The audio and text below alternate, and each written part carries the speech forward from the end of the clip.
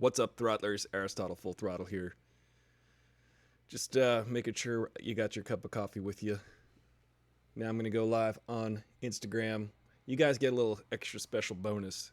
We're going to hang out here just a little bit before we get the Instagrammers on because we're way cooler because we're on YouTube and we're subscribed. I mean, theoretically. I hope you guys are subscribed. I hope you guys, as soon as you're in this room, just like it. Like and share. All right. Between me and you, before I go on Instagram, you guys on YouTube, way cooler. And you're much more sharply dressed and have nicer hats. What's up, Instagram Live? This is Aristotle Full Throttle. We're talking today about movie villains. Why do you like them? Why do you hate them? Why do you like to hate them? And why do you hate to hate them? Guys, we're also on YouTube. So when I'm reading questions to you that people are asking, it's because I'm reading them in the YouTube chat room. And if you're not subscribed on YouTube, go ahead, go over to AristotleFullThrottle.com and subscribe and like and share and do all the things that people did in 2013. It's now 2020.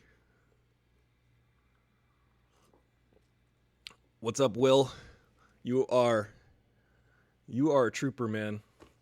Showing up all the time. Will show up. When the end of the world comes around, you know Will's going to be there by your side. And I appreciate that, Will. Thank you so much for coming. I've got some music I'm going to play. I created an intro. Ready for it? Here it goes.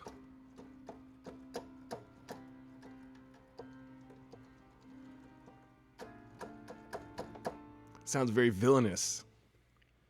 I just made it up, if you couldn't tell.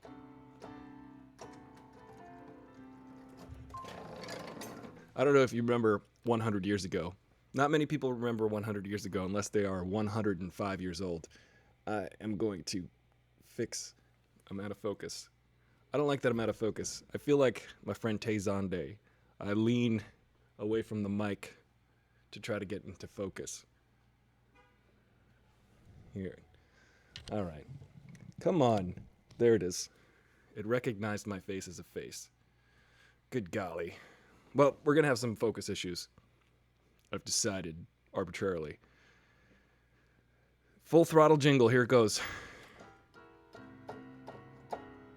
Here's a fun story about that riff from the Full Throttle song. I wrote that riff the first day I got a rehearsal space in... My band got a rehearsal space in Los Angeles. This is a long time ago in Los Angeles. My band, here's a fun story. Let me take you in the Wayback Machine.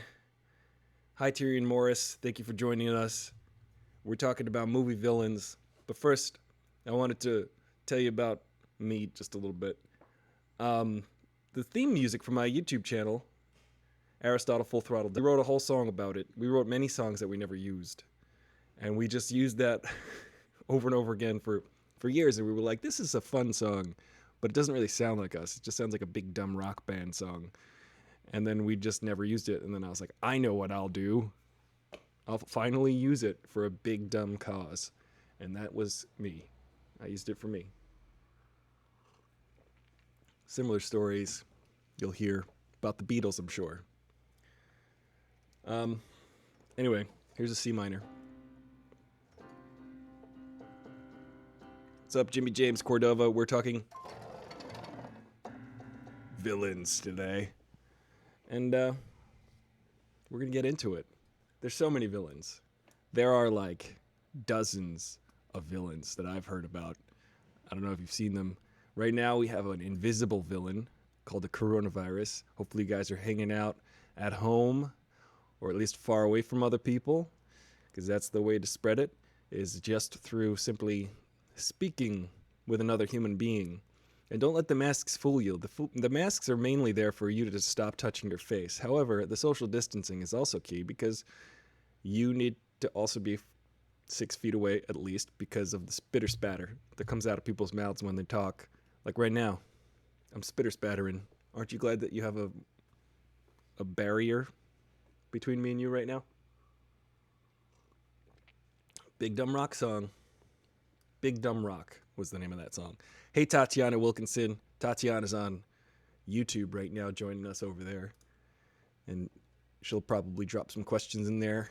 Maybe she'll let us know her favorite villain of all time and why and how they got elected as president. Let's see. Big Dumb. Can you actually see chat on YouTube today? Oh, was there no chat yesterday? Good God. Yes, I can see the chat. I guess there was chatting and I didn't see it at all. There was nobody chatting yesterday. Maybe I was looking at the wrong chat room. Maybe I was over on like the Nerdist chat room reading their chats, but they get lots of chats. Yeah, I appreciate that, Will. You can engage on both platforms. I appreciate that. Joker is the best ever, hands down. Jimmy, listen, you may not be wrong. However, which Joker? Which portrayal of the Joker, which rendition, which version of the Joker is the greatest of all time? That's the question. Because if you say that it's Jared Leto's Joker, I can make an argument against that. A very strong and healthy argument against that. Glenn Close, Fatal Attraction. Oh my God. Yeah, don't give me flashbacks of my last relationship. Jesus Christ. Oh my God. I'm seriously having palpitations right now. She was freaking terrifying. And it turns out that people like that exist. It turns out that's a psychopathic type of person. Hey, Kelsey, Alabama. The entire state of Alabama has joined us today. Welcome. We were just talking about Glenn Close in Fatal Attraction and how she is such a sweet, kind-hearted soul. Heath Ledger, period. Tatiana Wilkinson says it's Heath Ledger's portrayal of the Joker. Pretty good. However, Joaquin Phoenix just won an Oscar playing the Joker. So I don't know. Could that be a better version? Who knows? It's not. I liked Heath Ledger, but Heath Ledger didn't get his whole movie. He kind of got like a good portion of The Dark Knight. He serves the story really well. But I'm pretty sure that the Nolan brothers really wanted to make the third installment of The Dark Knight the big epic showdown between Joker and Batman, because they were just getting acquainted in that one. Good point, Therian. Heath also won an Oscar. Thank you for holding my feet to the fire on that one. They both won Oscars. That's a crazy role. So that's kind of the role that I think Jared Leto was like, I'm going to win another Oscar. I'm going to play a gangster version of the Joker that nobody likes. And is completely, sad to say, useless character in that movie. If you've seen Suicide Squad, if you cut all the Joker parts out of that movie, the movie doesn't need them at all, which is kind of upsetting. People, they kind of just used the Joker as a way to get people to see the movie, but totally not integral to the plot at all. Even the story, like you could just have made him anybody else or not had him at all in the movie. Good point on the Oscars. You get the A for the day. That was pretty good. I can't believe I let that slip my mind. Heath Ledger is also won an Oscar for the Joker. So there's a lot of pressure if you're going to play the Joker. Jack Nicholson did a good job. I thought that was pretty good. Stash on account of vanity. It's like Caesar, bro. Just grow your mustache back. But he was like, nah, man, it's my look. It's totally my look. I think Joaquin was more empathetic. You could see his motivations. Heath, just chaos. Yeah, Heath was pretty intense. I love that part, the acting in it. I love the acting part of Heath Ledger's part in the movie. I like when they say, you're crazy, and he says, I'm not. I'm not. He's like, really? trying to hammer home the point that he's not crazy. He just loves chaos. Pretty cool. The villains in Tombstone. Darth Vader, great villain. Now, why do we think Darth Vader was great? Is it because he looked scary? Is it because he was pretty merciless? Or was it because we eventually started to identify with him and felt bad for him? And the fact that it was like, oh, we like this guy a little bit, because it turns out he is a person. He's not just a kind of a mechanized villain who's indestructible. He's a person. He's actually someone who might be redeemable. But that's a question to ask, because there's all different types of villains. There's types of villains like the shark in Jaws, which is just relentless and will just eat you, and you have to just stop it. It's an unstoppable force. But then there are villains who are maybe have a good point. Maybe Thanos was right. Maybe Thanos snapped his fingers and is giving like 5% of the Earth coronavirus, or how much ever. Vader, pure intimidation factor. Tom Hardy was a great villain in The Revenant. Here's my controversial opinion. Change my mind. Tom Hardy was way better in The Revenant than Leonardo DiCaprio, but Leonardo DiCaprio won he won like the Lifetime Achievement Oscar on that, or the half lifetime achievement on that movie, because Tom Hardy was way better or way more compelling, I'll say. Leonardo DiCaprio, he's always pretty good. He can always carry a movie. However, I don't know. I think Tom Hardy is just a much better, way more compelling actor. Particularly he's in several Christopher Nolan movies with just his eyeballs. He plays Bane with just his eyeballs. And he's also in the movie about him being a pilot, and you could just see his eyeballs. Kathy Bates in Misery, that one's pretty good. It's also kind of sad. She's terrifying because she really believes what she's doing is the right thing to do, and she really is very self-serving and does not give a crap about that guy, James Caan. Turn on Empire to redeem himself, and he came back as a Force ghost. Yes, Vader did redeem himself, actually. This is why I don't like Star Wars Episode 9. I think Episode 9 is a garbage heap. It's a dumpster fire. It's a piece of garbage.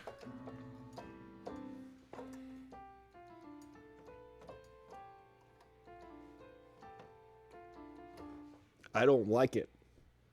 I don't like Star Wars Episode 7. I think it's terrible. Because Darth Vader redeems himself after 6 movies. We see this kid grow up. We see all of his turmoil growing up. All the people he's killed. But you know what? He redeems himself at the end of 6. He fulfills the destiny. They're all through the first 6 movies. They're like, you're going to fulfill the destiny of the prophecy. You're going to be the guy. Maybe you're going to be the one. Maybe you're going to be the one. And then A New Hope comes along, Luke Skywalker. And Luke Skywalker, now we're like, okay, obviously Darth Vader has fallen to the dark side. He is not the one. It's going to be Luke Skywalker. But guess what? Double switchback. It is Anakin Skywalker who fulfills the prophecy by killing the Emperor and turning back to the light side. Dope. But Episode 9 is just like, oh, yeah, forget about all that. We don't care. We just want to sell more toys. Disney wants to make more billion. Kathy Bates is a scary, scary, scary woman in that movie. I hear she's a delightful person.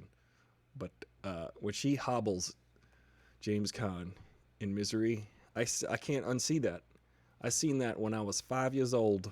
However old I was when that movie came out. I got a piece of lint. And ever since then, I just still see that image in my head. Fun fact for you, every time that Stephen King writes a novel, he sells the novel, the publishing rights, and the film rights at the same time. So every book that he publishes gets to be turned into a movie, basically for the last 40 years or so. fever dreams because we were talking about Fatal Attraction earlier, and that reminded me of somebody. Let's see. Alex the Large, Clockwork Orange. Very good. That one's a good one.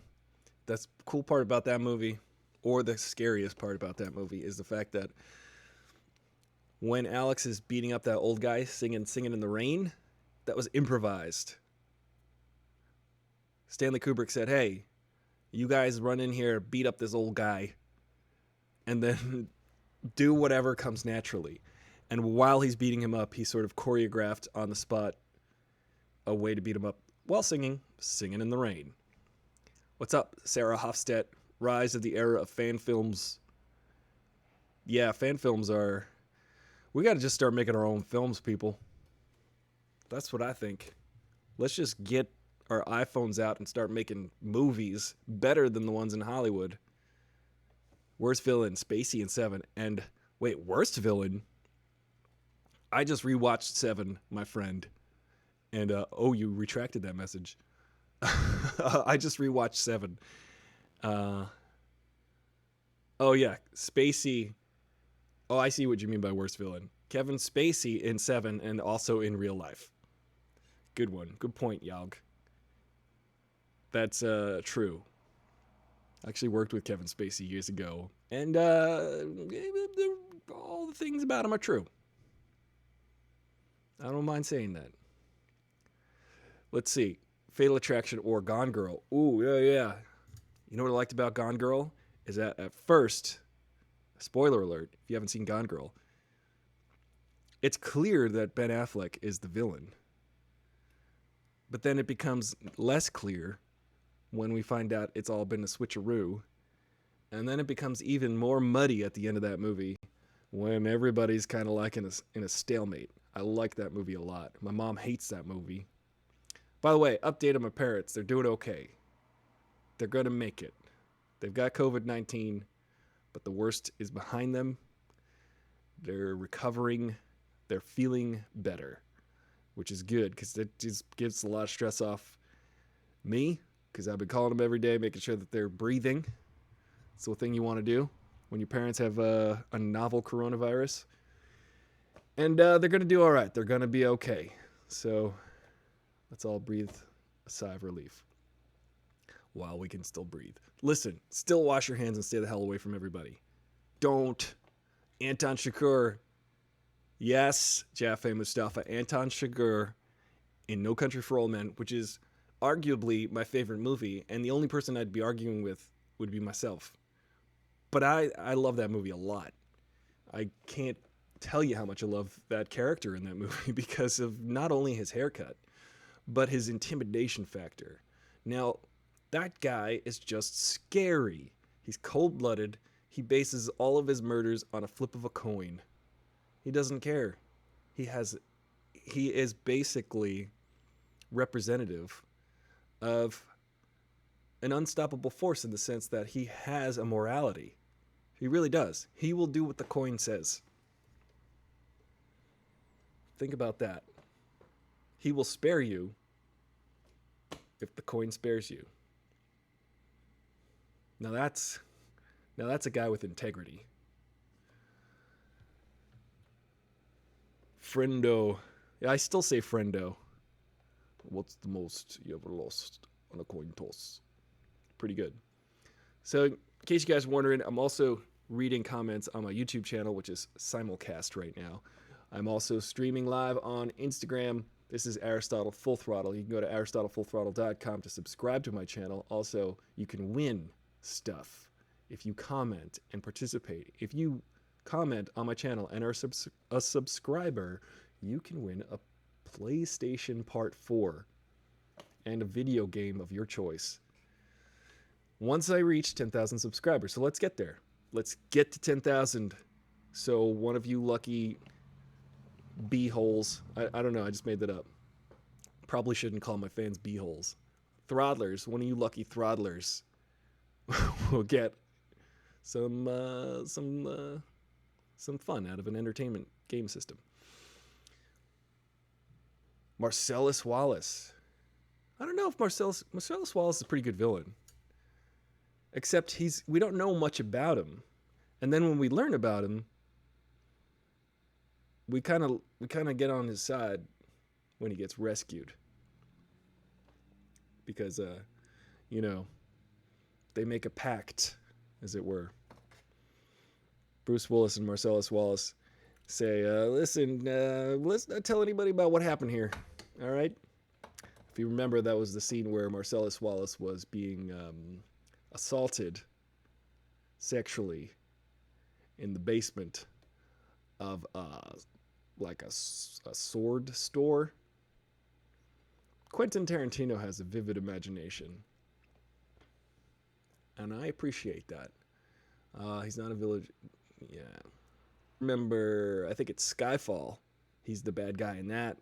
I thought that speech about him and the rats eating each other. Listen, I'm going to give you some homework to do. Watch that scene later, and just tell me you don't get the chills of just creepy chills from that. Yes, the devil as an iconic sort of archetypal bad guy in general. The devil is pretty good. However, I love the devil in, say, Tenacious D and the Pick of Destiny, played by Dave Grohl. I thought that he was a pretty funny guy. Devil can be a funny guy. The devil in Crossroads too.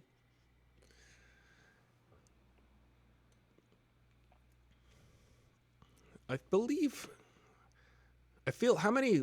So Jimmy's asking, isn't the Spaniard in one of the Pirates of the Caribbean movies? I'm not quite sure. I think they're up to 47 Pirates movies. I've only seen like a third of them. So I really liked the first Pirates movie. The second two Pirates movies felt like a lot of trying to be almost good. And they tried. They surely tried. And they were enjoyable, but not that great. But I feel like Javier Bardem has a face for pirating. Two-Face. Yeah. Will points out that Javier Bardem's character, Anton Chigurh, in No Country for Old Men is basically Two-Face. So Batman and his whole, all of his arch nemeses, his rogues gallery, if you will, they're all pretty much the archetypal villains. Really. You don't need any more villains than just Batman's villains. I think we're done there. I think that if you take Batman, here's the thing that I don't really agree with when people start to scoff at. They're like, oh, you like Batman. Oh, really? Well, I like Shakespeare. Well, guess what? Shakespeare was just freaking writing Batman 400 years ago. If you read some of the Batman graphic novels, there is a complexity there. Perhaps it is not Shakespeare. But Shakespeare, what did they have back then? Nothing. They got together once a year and they made a play, I guess, or however many months apart. And Shakespeare wasn't a dude. Shakespeare was several people. Fun fact, there's no consistent spelling of Shakespeare's name, and there exists, I think, 8 signatures that are verified as, or at least close to verified, as actually existing Shakespeare signatures. None of them are spelled the same. So either Shakespeare didn't know how to spell his own name, or there were several different Shakespeares, or they just didn't care about spelling back then. There's a book called by Bill Bryson about Shakespeare. You should read it. It's pretty fun. You should read it, I said. Denzel in Training Day. Oh, that's a good one. I really liked that movie. I enjoyed... Denzel wasn't the villain. Will says Denzel wasn't the villain in Training Day. Who was it? Terry Crews? Come on, Will. Was it Terry Crews standing in the background flexing his biceps half the movie? Jaffe Mustafa says aliens and fire in the sky. But are they the villain? do they exist? Does Fire in the Sky really actually address the fact that perhaps this was all a delusion? That our main character, played by D.B. Sweeney, who names himself DB? Didn't his parents know that DB stood for douchebag? Played by D.B. Sweeney. How do we know that he just was like making it up? Because he was recalling it. So perhaps the villain in that movie, Fire in the Sky, was his own alcoholism. Who knows? Because he was drunk in the forest.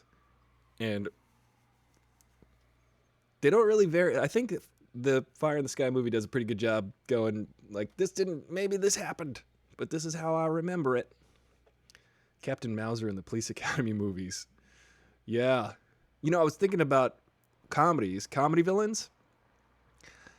I was rewatching Bill and Ted's Excellent Adventure the other day. I should probably shut the window. It's very loud. I don't know if you guys can hear the outside. The world is a hustle and bustle right now. For some odd reason. Let me know if that's distracting. And I say that like Christian Bale. But I was watching Bill and Ted's Excellent Adventure again the other day, and I was like, there is no villain in this movie. There just isn't. It's a race against time. Father Time is the villain itself. Let's see, the Ethan Hawke at the end of the radio. Yeah. Let's see. I'd say, what are these people doing? Talking on the phone? Can't do that at home? They can do that at home. I've definitely, I live right here in the first apartment on a street, and I am definitely the old man that says, get off my lawn right now. Usually I'm happy about it, but now I'm very disappointed in the human race. Yes. Huge Shakespeare fan reader, and Batman is my favorite hero story. See that? Tatiana agrees that Batman and Shakespeare are the same. You heard it from her. She said that. I didn't. Ethan Hawke at the end in the radio quotes exactly what Denzel said it would earlier in the film about the officer being killed behind a wife and child. All right, we're going pretty deep here on Training Day. It's been a while. It's been a minute since I saw it. But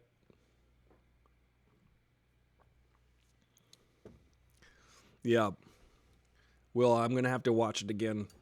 But I will take that into consideration. Because there are movies where you're like, who is the villain? Is it the good guy?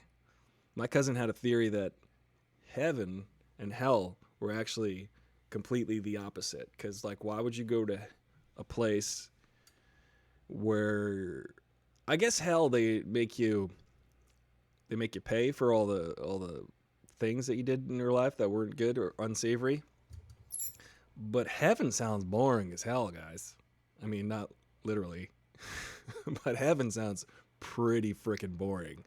Everybody there is like, I just did the good things all the time, and now we can sit around and chat, I guess, for eternity. All of my friends will be in hell, so I'm going to be bored. That's presuming I make it to heaven. I won't.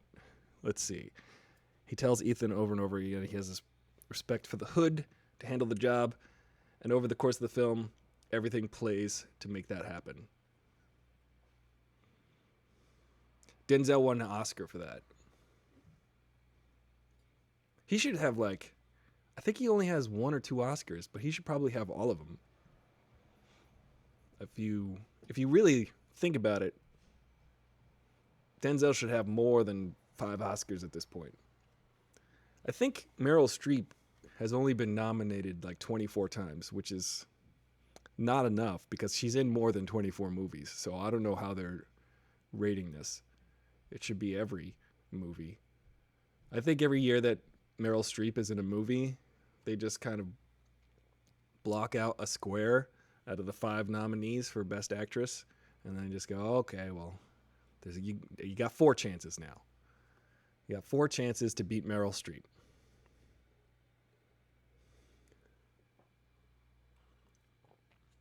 Ben Kingsley in Sneakers.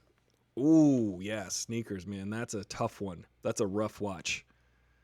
That is a rough movie. Kevin Bacon's in that one too, right? Or that's Sleepers. Oh, I'm thinking Sleepers. Kevin Bacon in Sleepers. Oh, man. Yeah, not a fan of that. Kevin Bacon has an interesting quality. He can be creepy and scary at the same time as being like friendly. And I don't know what he does. Perhaps it is acting. That is what he's doing. But he can be Kevin Bacon in She's Having a Baby, where he's like, oh, look at this hapless idiot. Or he could be Kevin Bacon in Sleepers, where you're like, oh my God, let's murder this guy. And that's a good one. That's a great, scary, creepy movie. But Kevin Bacon. We should just do a whole episode on Kevin Bacon, when he's a hero and when he's a villain. Hollow Man. Villain. Maybe. Kevin Bacon. Tremors. Hero. What's your favorite type of villain? Because Alien, that's just like an unstoppable force. That has no... It doesn't care. It will just eat you. It doesn't have morality. It just says, hey, I'm hungry. Like, do you think about every sandwich you eat and say, oh my God, I can't believe I'm going to eat this sandwich? No, the alien doesn't care. The alien will just eat your face to death and make sure that, they don't care. It's like Jaws. That's like the Blob. So sometimes the villain is the unknown.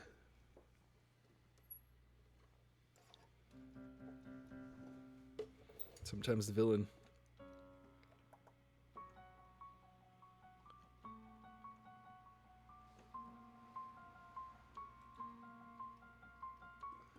is Michael Myers from Saturday Night Live and Wayne's World. The xenomorph is terrifying, but are all monsters villains? No, Frankenstein's monster is not the villain. Frankenstein's monster is kind of the sad hero. Frankenstein himself is probably the villain for bringing that dude to life. Why would he do such a thing? Such a terrible thing. I always mention Meryl Streep, yeah. Jimmy James says, you really like Meryl Streep, that I mention her. I'll admit, I would too love her to death. Death Becomes Her, she's good in that. Who is the villain in that movie? Aging. Bruce Willis. Death Becomes Her is fantastic. You know who else I like? Goldie Hawn. Goldie Hawn, I think she got famous for being kind of a ditzy blonde on a TV variety show called Laugh-In. However, she is incredibly... she's like a force of nature, Goldie Hawn. And I think perhaps people will judge her favorably as time goes on and realize how good she was. I mean, I think they did at the time. But I don't think she's won any Oscars. Maybe she's won an Oscar, but she should win all the Oscars. She should just share them with Denzel. Yeah, I really do like Meryl Streep. I think that she's the best at the acting. She's the best at it. If you want to see someone be the best at a thing, which is cinema acting, which has only existed for about 100 years or so, 120 years, as far as consistently forever just being a genius at reinventing the craft, or just having a craft of their own and always being phenomenal at it, I can't think of another actor who's as good. I just can't. If you can, let me know, because I'd like to see who that is. And if it's not spelled the same exact as Meryl Streep, then I will not be able to read it. Nino Brown. Who'd Nino Brown? Society and Falling Down. Oh, yeah, that's a good villain. But is Michael Douglas the hero in Falling Down? directed by Joel Schumacher, who also directed Batman and Robin. People also directed Mississippi Burning, I think. Also directed DC Cab. How about that? Ghosts of the Which one did he direct? But I digress. Falling Down, that's a good one. We're definitely on Michael Douglas's side. However, we may not agree with his methods, because he goes into... We've all been at a fast food place when they stop serving breakfast at 11 a.m. and we're like, come on, it's 11:01, bro. You can't freaking throw a hash brown in the microwave for me right now. Come on. But I would not shoot up the place. I would just go, all right, I'll have a quarter pounder with cheese. So Death Becomes Her was great. Goldie Hawn, this is Will, saying Goldie Hawn was a comic genius as an actress. Private Benjamin, Wildcats. Was that the football one? Yes, I think Wildcats was. Which is the one? Because when you say Wildcats, when I hear you say it, I think of Keanu Reeves. I don't know why. I don't know if he's in that. Maybe I'm thinking of a different Wildcats. New Jack City, Wesley Snipes. Yeah. You don't want to bet on black in that case. Wesley Snipes, pretty good. He was kind of a villain in The Expendables, right? Or would he become a hero? They rescue him, I think. I seem to remember. I wonder why Wesley Snipes isn't a bigger action star, but I don't really. I mean, barring all of the tax evasion and weirdness, and him actually dressing as Blade on every talk show that he went to, I kind of get it. However, he was a very entertaining action star when he was still in movies. He's just not in movies anymore. He's in TV commercials. Just as good. I've done a couple TV commercials. Just as valid as a movie. Wildcats, football movie. Hardball is a baseball movie with Keanu Reeves. But isn't there a football movie with Keanu Reeves? I believe there is. I want to believe it. And if there isn't, Hollywood, I'm talking to you. Let's make it. Everyone will like it. Keanu Reeves will shoot everyone up and travel through time. And also, be the one. The Replacements was the Keanu Reeves football movie. That's pretty good. I think The Replacements...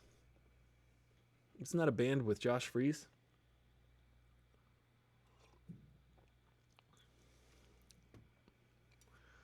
Sean Penn, Casualties of War, was intense. Oh, that was a good one. Lou Diamond Phillips in The Line of Fire.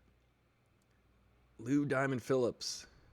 I don't know if Lou Diamond Phillips was in The Line of Fire. I think In the Line of Fire was the movie about the attempted presidential assassination, and it was, I guess, directed by Clint Eastwood, and the villain was none other than being John Malkovich in The Line of Fire. That was a good one.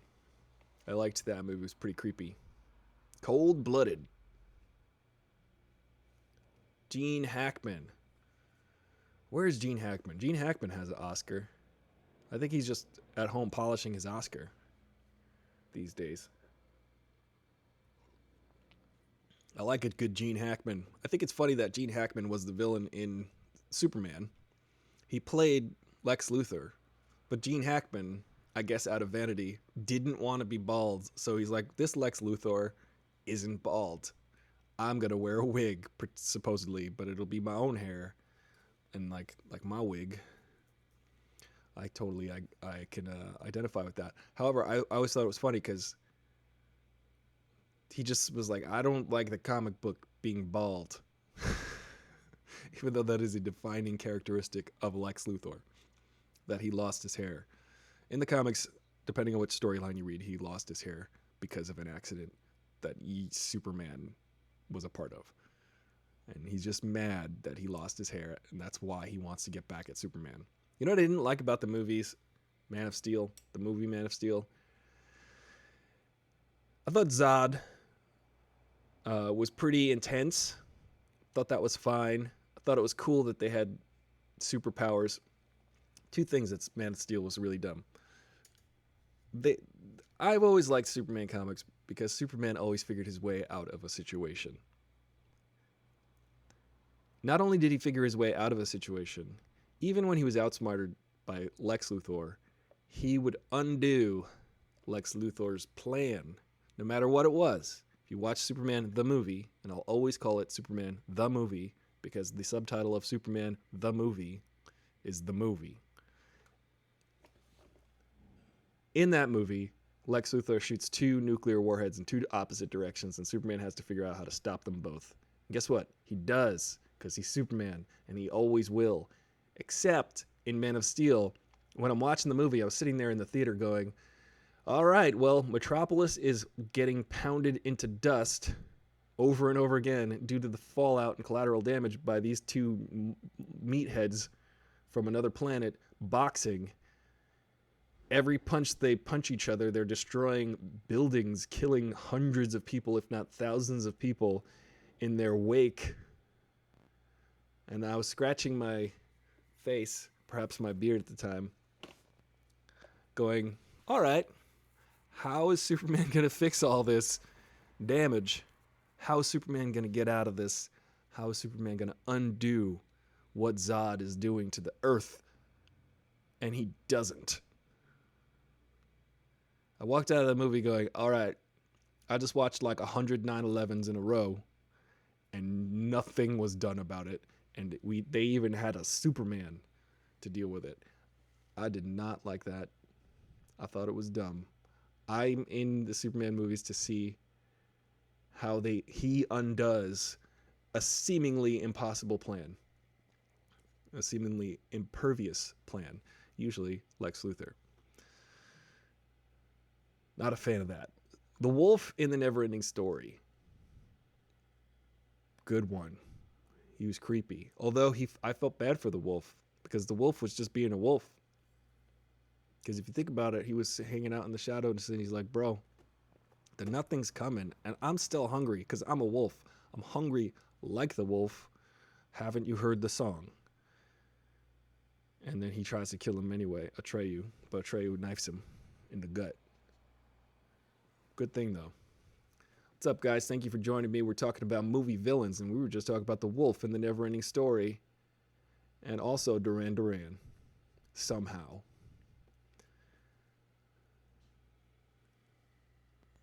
Meg Ryan. You know what they called Meg Ryan? America's villain. I mean, sweetheart. Ooh, the Goblin King. The Goblin King. He was played by none other than Mr. David Jones. I just threw a curveball at you. He changed his name later to David Bowie because there already existed a David Jones who was a singer, and that David Jones was the singer of the Monkees. So David Bowie, there'd be no David Bowie were there not Monkees with 2 E's. Think about that. That's my new catchphrase, guys. Think about that. I'm borrowing that from the president's tweet the other day. Thousands and thousands and thousands of people die every year of the flu. Think about that. Yeah. Jonathan Nolan dropped the ball in Man of Steel. To be honest, though, I hated Pa Kent's exit. Oh, yeah. Pa Kent's like, hey, I want to protect your secret, so let this tornado swallow me up instead of learning how to be a hero and save me. You dummy. So dumb. Listen, you can't have a dark Superman. You can't. Superman is a beacon of light. It is intrinsic to his character. If you have a dark Superman, then what's the point of Batman? You can't measure Batman's darkness against anything. You have to see how Batman will do what it takes to get the job done and figure it out, even if it requires shady methods. Superman always uses his might to win. He's not as smart as Lex Luthor. He's not as smart as Batman. But he does what's right and uses his might. Frickin', if you have 2 dark characters in the DC universe, Batman and Superman just moping in the corner. The hell? Come on. Not a fan, guys. You dropped the ball on that. Jonathan Nolan dropped the ball. I think Jonathan Nolan was probably sitting on a mountain of cash going, oh, you want me to write another thing? Okay. Yeah, Suicide by Tornado. Pa Kent. That's the way to go. Suicide by, that's my villain music. What is Kevin Costner up to these days? I hope he's making a sequel to Waterworld. Don't you, Kelsey? Jack Torrance in The Shining. Yeah. Wait, here's a twist. Is he the villain? Or is he possessed? Or was he always the villain? Has he gone mad? Is madness the villain? Probably. What about those two girls, the twin girls? Those were scary. Can never look at twins again the same. Especially ones at the end of a hallway staring back at me. And then when that hallway turns to blood, a river of blood. I don't want to have that happen again.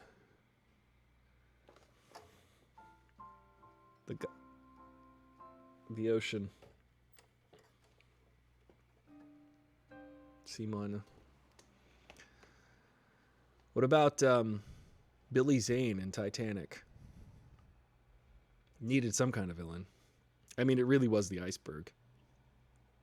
Iceberg is the villain of that movie. Billy Zane is just a hapless idiot. You know, Billy Zane was in Back to the Future. Does anybody know that? I'm not sure Billy Zane even is aware of that. But he was in Back to the Future, and I think also the sequels, which is fun. I never really understood the appeal of Billy Zane, even though he was the Phantom. I think people just liked saying Billy Zane. Like they liked saying Evan Dando. It was the 90s. If you had a fun name, people just repeated it. And that's how you became famous. I'm going to go to a party with Billy Zane and Evan Dando. Yeah, I would definitely say that Hannibal Lecter is my favorite villain. But he's kind of not the villain. Guess who's the villain? Buffalo Bill. He's the villain of that movie. If anything, Hannibal Lecter is a facilitator. He's a hero. He helps them find Buffalo Bill. But Hannibal Lecter in Hannibal, I guess, he's kind of the villain in that. But, you know, he's just doing what he wants to do. Eating the Rude. I wish I could eat the Rude. My stomach would be full all the time. But Hannibal Lecter, the bad guy was puts the lotion, it rubs the lotion on its skin. Put the lotion in the basket. It was that guy, who's a phenomenal actor, by the way. Ted, what's his name? Ted. He's great. It took me like 2 seasons of watching Monk to realize that the police chief was the same actor. Cocaine and Boogie Nights. Yeah. Lecter is a hero. Hannibal Lecter is a hero. He may be unsavory. We may not agree with what he does. But he's the true hero of that story. Clarice Starling is, actually, because Clarice figures it out the last moment. It's a good movie. It's my favorite movie. There's that moment in the end when you're like, oh, they're all in the same place. No, they're in different locations. Uh-oh, Clarice is by herself. With the murderer. Khan, great villain. Yes. I knew we would land on it. James Khan. Khan Noonien Singh from Star Trek II. The Wrath of Khan Noonien Singh. I love that they brought a character back from the original series to put in a movie. I thought that was pretty cool. But yeah, Star Trek II is just a good movie. I don't know if you like good movies, but it's just good. It's a well-made movie. Jimmy, James, what are you doing? You like Star Wars. You know, here's a thing that we could talk about maybe on another episode. Maybe we'll do Star Trek versus Star Wars, even though they're very different, but they both have the word star in the name. There are more betterer Star Trek movies than there are Star Wars movies. It's a sad but true fact. As much as we love the Star Wars saga, and there are, I guess, 11 films in that saga, I would say out of those 11 Star Wars films, 4 of them are good. And I would venture to say that there are probably, out of the, I'm not going to count the JJ verse, but out of the original 10 original series to the Next Generation, there's probably 5 or 6 good movies.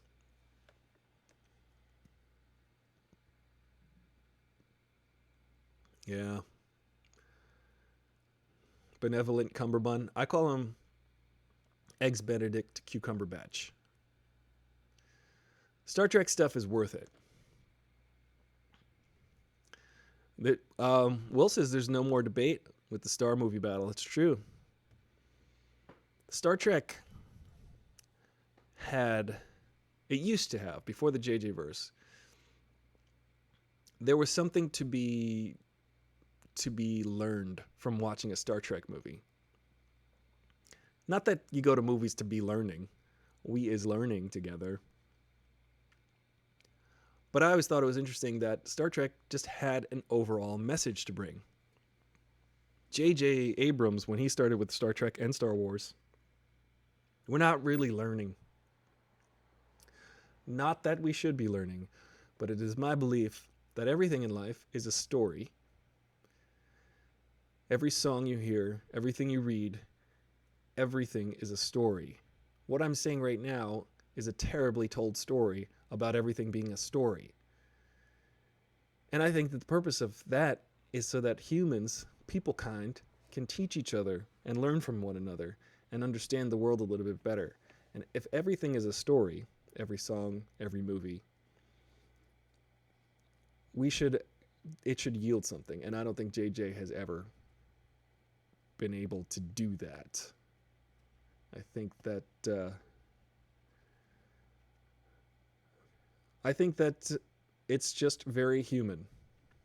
Because before we wrote anything down, before we even understood what is even a movie, we told stories to each other. We had an oral tradition, as it were. Not that kind of oral, but also maybe. I can tell you why I love the Clone Wars, but that is something for a video.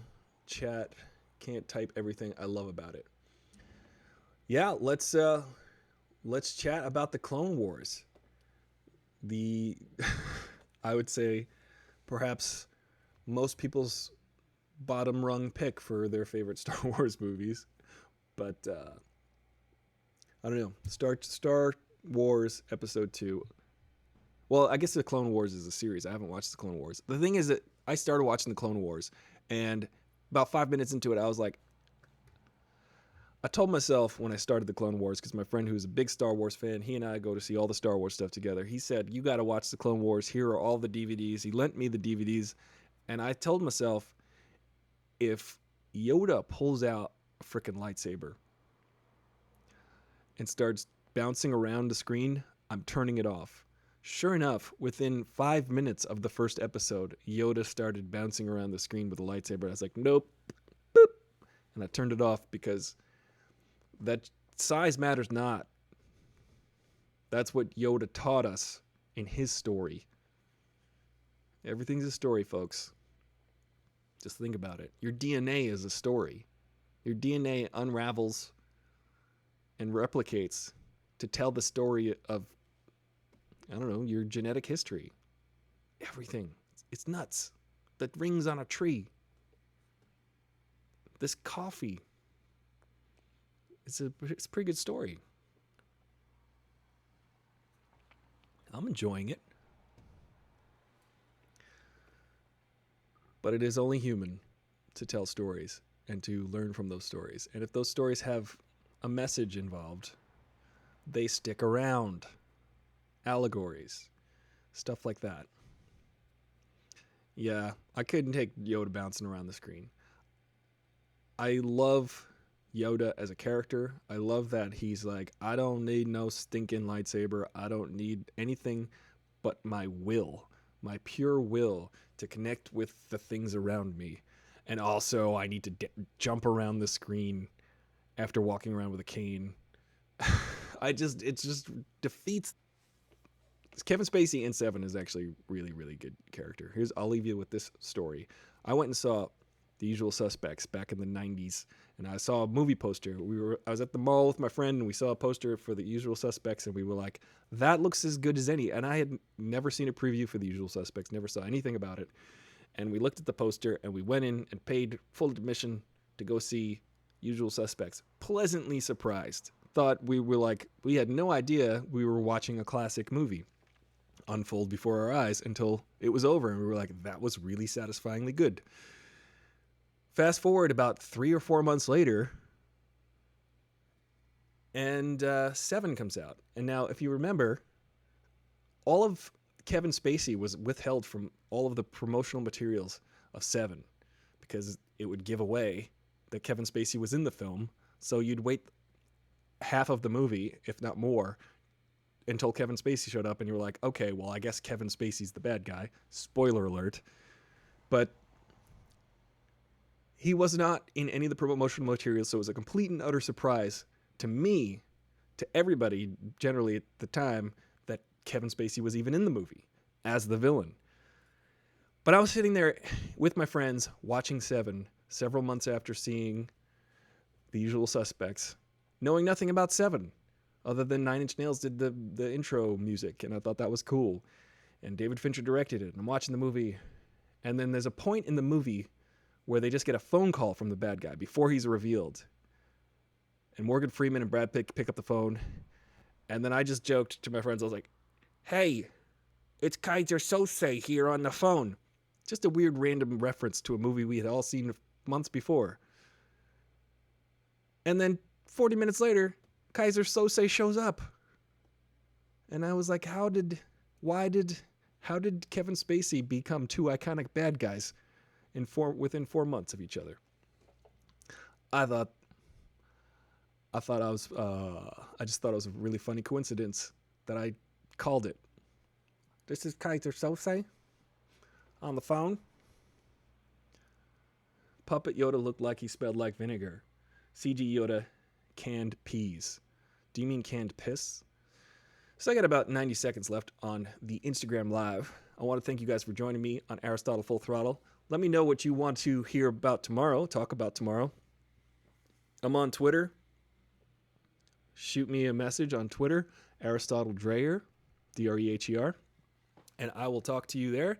We'll get some suggestions. We'll figure out what we're going to talk about tomorrow. Perhaps we'll talk about heroes. Greatest villain of all time. The answer is, I know you've been waiting, Hans Gruber from Die Hard, because we like him. We don't know why, but we do like him. I think there needs to be an element of charisma to a bad guy in order for us to want to like to hate him. Loki. Loki is awesome. We like him. We have an affinity for Loki. Even Thanos. There's something about him. There's something about Thanos that we can admire. Perhaps it is his size and strength. But and his determined will to fulfill his plan, which he thinks is right. And that's kind of the scariest type of villain. The villain that thinks that what they're doing is ultimately the right thing to do. Which is arguably Tony Stark in Age of Ultron. Or Civil War. But thank you guys so much for joining me on Instagram. Sorry, Lola Leona. We are signing off right now. But it is nice to see you. I'm going to wave at you in the last 5 seconds. I'm Aristotle, Full Throttle, your bro in the know with the fro. And I'll see you later. All right, guys, they're gone. It's just me and you on YouTube. Now we can hang out and talk a little bit more. Who needs those guys anyway, right? Instagram. Who cares about Instagram? It's the way of the world, guys. We've got to care about Instagram. Marvel found its groove. Black Panther. Yeah, Black Panther was pretty good.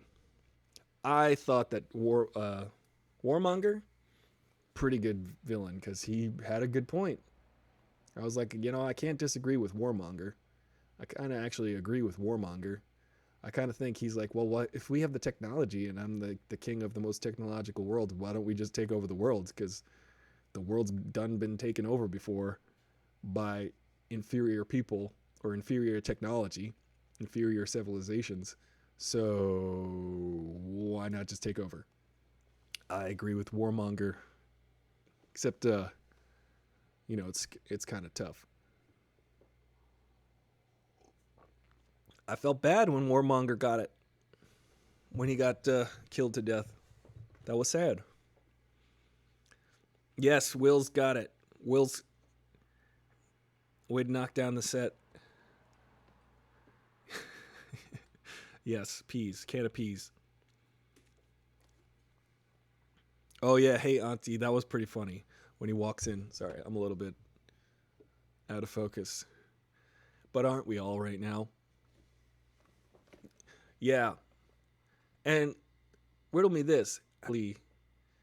Like 25 years old still. She got her groove back like extra. Bill the Butcher. Bill the Butcher. Who's Bill the Butcher? William at the store? That was terrible. Yeah, I agree. Star Wars is definitely not as good as Star Trek. As far as the movies go, the movies are just better. The Star Trek movies are better. But hey, guys, I want you to be safe. I want you to watch only good movies. But if you watch bad ones, let me know too. A little bit much. He's like, I've got to talk like Abraham Lincoln, who's right here. I have to be Abraham Lincoln in order to be Abraham Lincoln. And it's like, no, you just have to be an actor. You just have to act. Apparently, he was talking with Sally Field, who played Mary Todd Lincoln, in Lincoln. And they were texting each other in old vernacular, which is hilarious because they were texting each other in old vernacular through text. It's like, listen, buddy, if you want to be Abraham Lincoln, why don't you just freaking send it via Pony Express? I don't like this thinking that, I don't know if you've seen Daniel Day-Lewis's jeans, but they're up around his neck. He's a grandpa jeans wearing guy. So I could just imagine jeans up to here and a top hat. That's all Daniel Day-Lewis was at the time. Did you know? I'm tripping over my own tongue. Liam Neeson was supposed to play Lincoln. Liam Neeson's was supposed to play Lincoln and didn't. He wasn't. He didn't play Lincoln. Turned out it was going to be for Daniel Day-Lewis, and Daniel Day-Lewis won the Oscar. I'm going to leave you with this, guys. Don't go see a movie Thanksgiving night. Even though Lincoln came out that night, I have never been in a more flatulent crowd at the movie theaters than on Thanksgiving night. And with that, I bid you adieu. I will see you tomorrow when we talk about movie heroes and the best heroes of all time. I'm Aristotle, Full Throttle, your bro in the know with the fro, and I'll see you guys, Will, Jaffe, Tatiana, Yaug, Sarah. Let me scroll back. Everybody who participated, I appreciate it. Leave a comment, leave a like, do all the magical things that will help the algorithmic growth of this channel. I have 0 likes, guys, on this video. Find the like button, please. It will help. It'll help. I know that we're all trying to do what we can to do to get by, and this is the thing that I can do. So I appreciate perhaps maybe just a like. Thank you. It would help a lot. I'm Aristotle, Full Throttle, your bro in the know with the fro, and I'll see you later.